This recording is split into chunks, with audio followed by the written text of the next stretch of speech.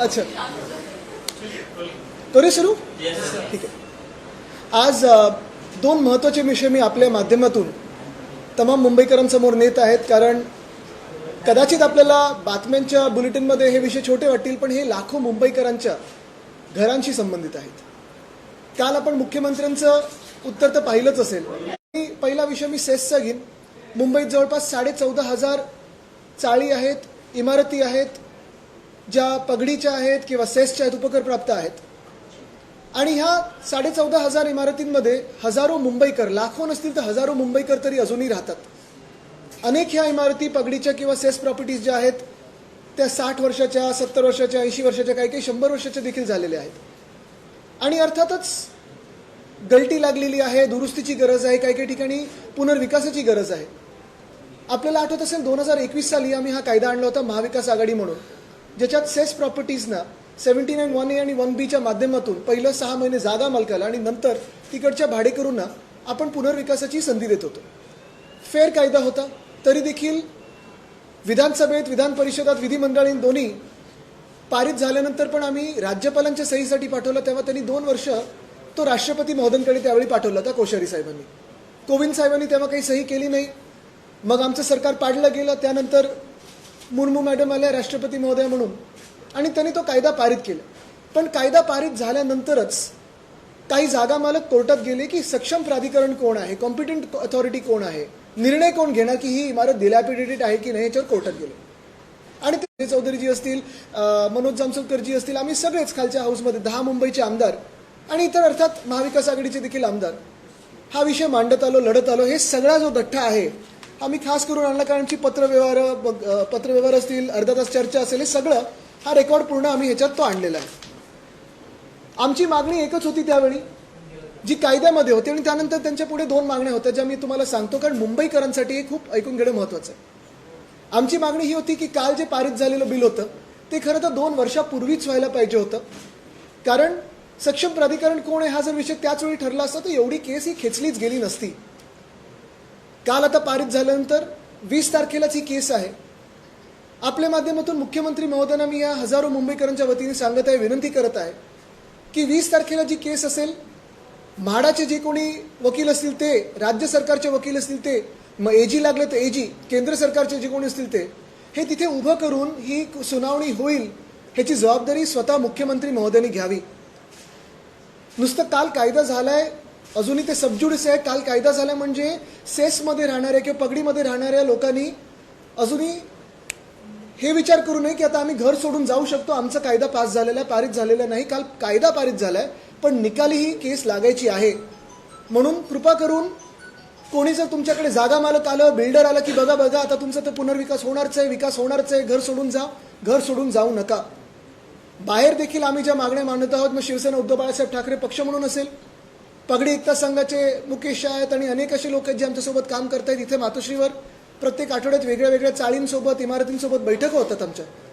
आणि त्यांच्या मनात सक्षम प्राधिकरणसोबत अजून एक भीती आहे, जी मी मुख्यमंत्री महोदयांना पुन्हा एकदा विनंती करते आणि आठवण करून देतोय. अनेकदा पत्र लिहिली आहेत, भेटीगाठी झाल्यात, पण ह्याच्या पुढे जाऊन आता हा कायदा पारित झाल्यानंतर जर हा निकाल लागला 20 तारखेला, त्यानंतर म्हाडाचा जो SOP आहे, स्टँडर्ड ऑपरेटिंग प्रोसिजर, ते तुम्ही बनवलेलं आहे, ते टॅग कमिटीकडे कसं जाणार, डिलॅपिडेटेड स्ट्रक्चर कोण डिसाईड करणार, जागा मालकांना तुम्ही अपीलमध्ये जायला देणार, हे सगळं थोडं बदलून सोपं करा, सरळ करा.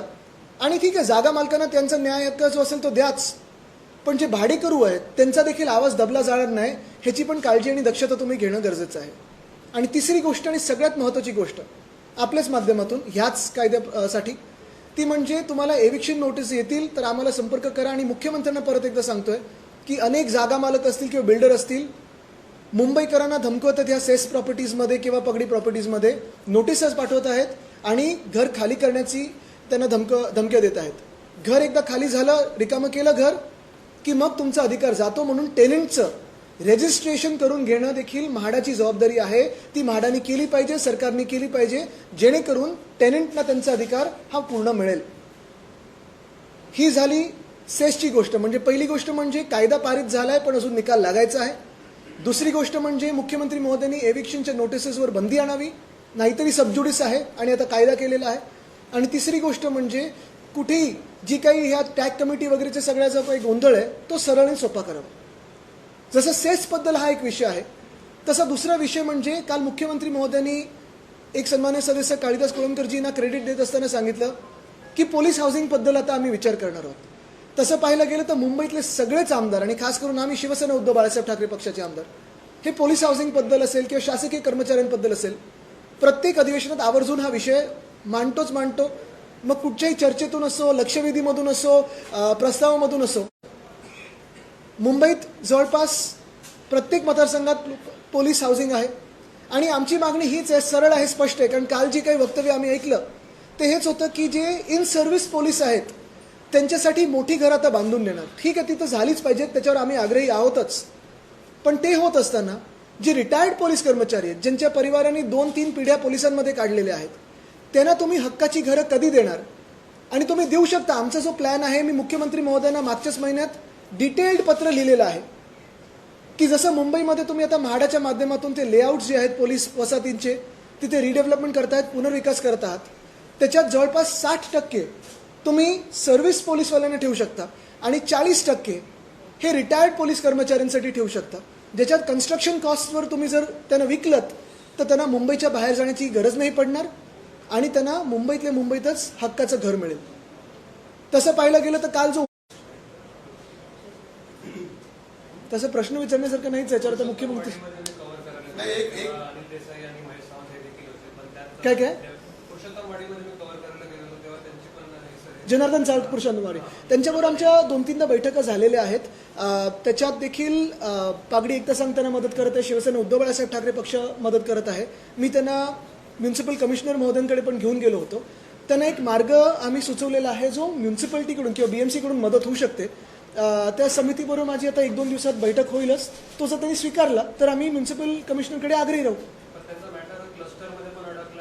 त्यांचा नाही, त्यांना बेसिकली काय झालं की तिथे थोडं ग्रुप आहे, एक ग्रुप एका थोडं विकासकाचं तिथे आहे आणि दुसरं आमची मागणी की जे तुम्हाला ठरवायचे असतील विकासात ते तुम्ही ठरवा, पण बीएमसी कडून जो तुम्हाला अधिकार मिळाला पाहिजे त्याच्यावर आम्ही आग्रही राहू. तुमच्या पहिल्या प्रश्नाला प्रश्न असा आहे की ज्या तुम्ही सांगताय की दक्षिण मुंबई आणि मध्य मुंबईमध्ये विशेष करून पागडी आणि सेस इमारतींची संख्या मोठी आहे आणि असाच प्रश्न हा मुंबई उपनगरामध्ये ज्या नॉन सेस इमारती आहेत त्यांचा देखील असाच प्रश्न आहे.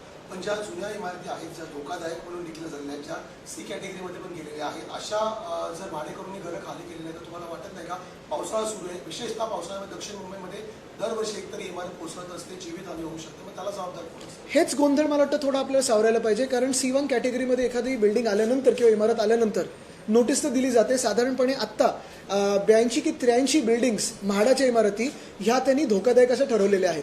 ह्याच्यात काही मागच्या वर्षीच्या आहेत, काही ह्या वर्षीच्या आहेत. आणि मी जे सांगत आहे की अनेक ठिकाणी हे रहिवासी का नाही बाहेर पडत आहेत, कारण एकदा ते त्या घरामधून बाहेर पडले की त्यांचा त्या घरावरचाच हक्क निघून जातो आणि अनेकदा आपण पाहतो मग त्या इमारती तशा राहतात, जागा मालक कब्जा करतो आणि पुनर्विकासाला भलतंच कोणतरी आणतो. आमची मागणी ही राहील की ह्यांना एकतर तुम्ही टेनंट म्हणून ओळख द्या, रजिस्ट्रेशन करा आणि लगेच ते खाली करायला तयार आहेत. मी तर पहिलं आग्रही आहे की सुरक्षा पहिलीच राहिली पाहिजे, त्यांची सुरक्षा झालीच पाहिजे. पण ते होत असताना त्यांचा अधिकार देखील तेवढंच सुरक्षित राहिला पाहिजे.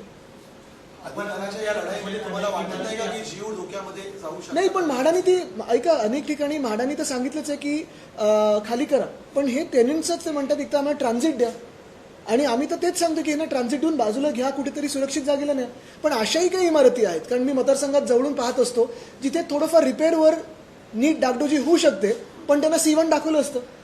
आणि अशा पण इमारती आहेत ज्या खरोखर धोकादायक आहेत पण कोणीतरी भ्रष्टाचार करून C1च्या कॅटेगरीमधून काढतो. तर इथे ह्युमन इंटरव्हेन्शन जिथे येतं आणि भ्रष्टाचार होतो तिथे गडबड होते.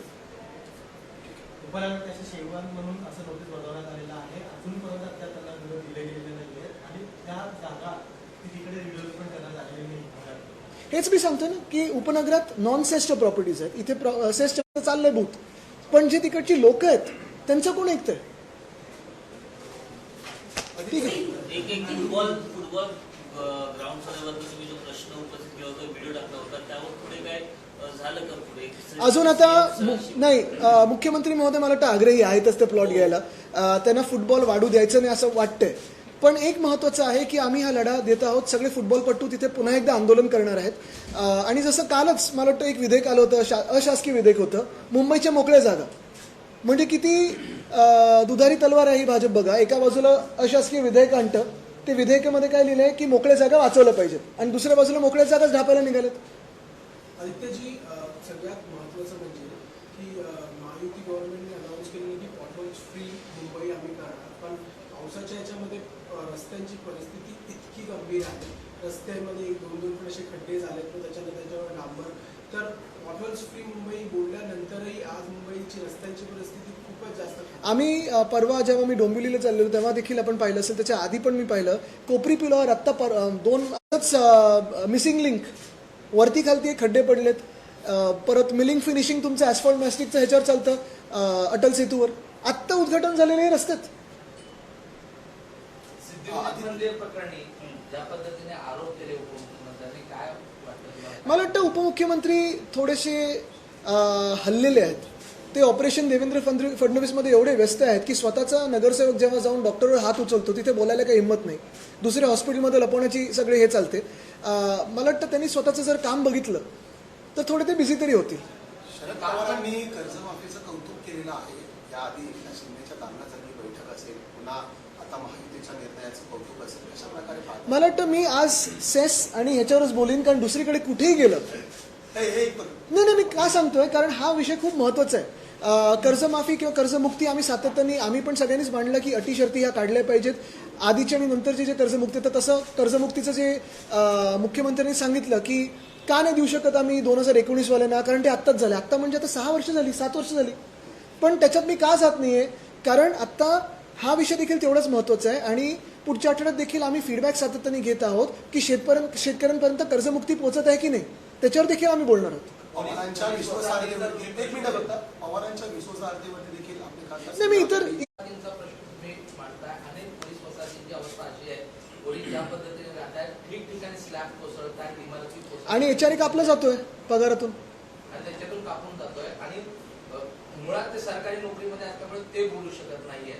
अशा वसाहतींच्या संदर्भात आपल्याकडून काय झालं तुम्हाला सांगतो. हा विषय मी आमच्या काळी म्हणजे महाविकास आघाडीच्या काळात आपल्याला आठवत असेल, मार्चचं जे अधिवेशन झालं होतं सरकार पाडायच्या आधी, त्या अर्थसंकल्पामध्ये 650 कोटी पोलीस हाऊसिंगसाठी आम्ही तरतूद केली होती.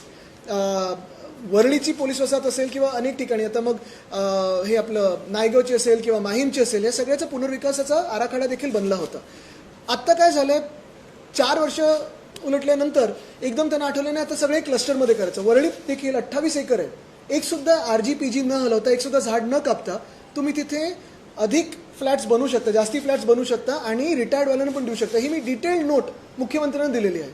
पण त्यांची एक विल पॉवर पाहिजे. आता हे जे काल त्यांनी घोषणा केलेली आहे की 7 दिवसात आम्ही बैठक घेऊ, ही गेल्या 4 वर्षात मला वाटतं 8वी की 9वी बैठक असेल.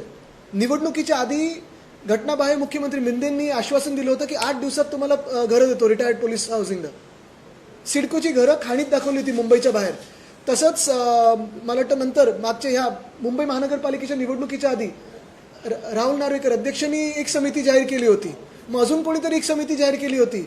मागच्या दिवसात गृहराज्यमंत्र्यांनी मला आश्वासन दिलं होतं, ते आश्वासन समितीमध्ये आता पाठवलं मी की नाही आपण बैठक लावू आणि हा विषय निकाली लावू. ही नुसतं आश्वासनामागे आश्वासनं चाललेली आहेत.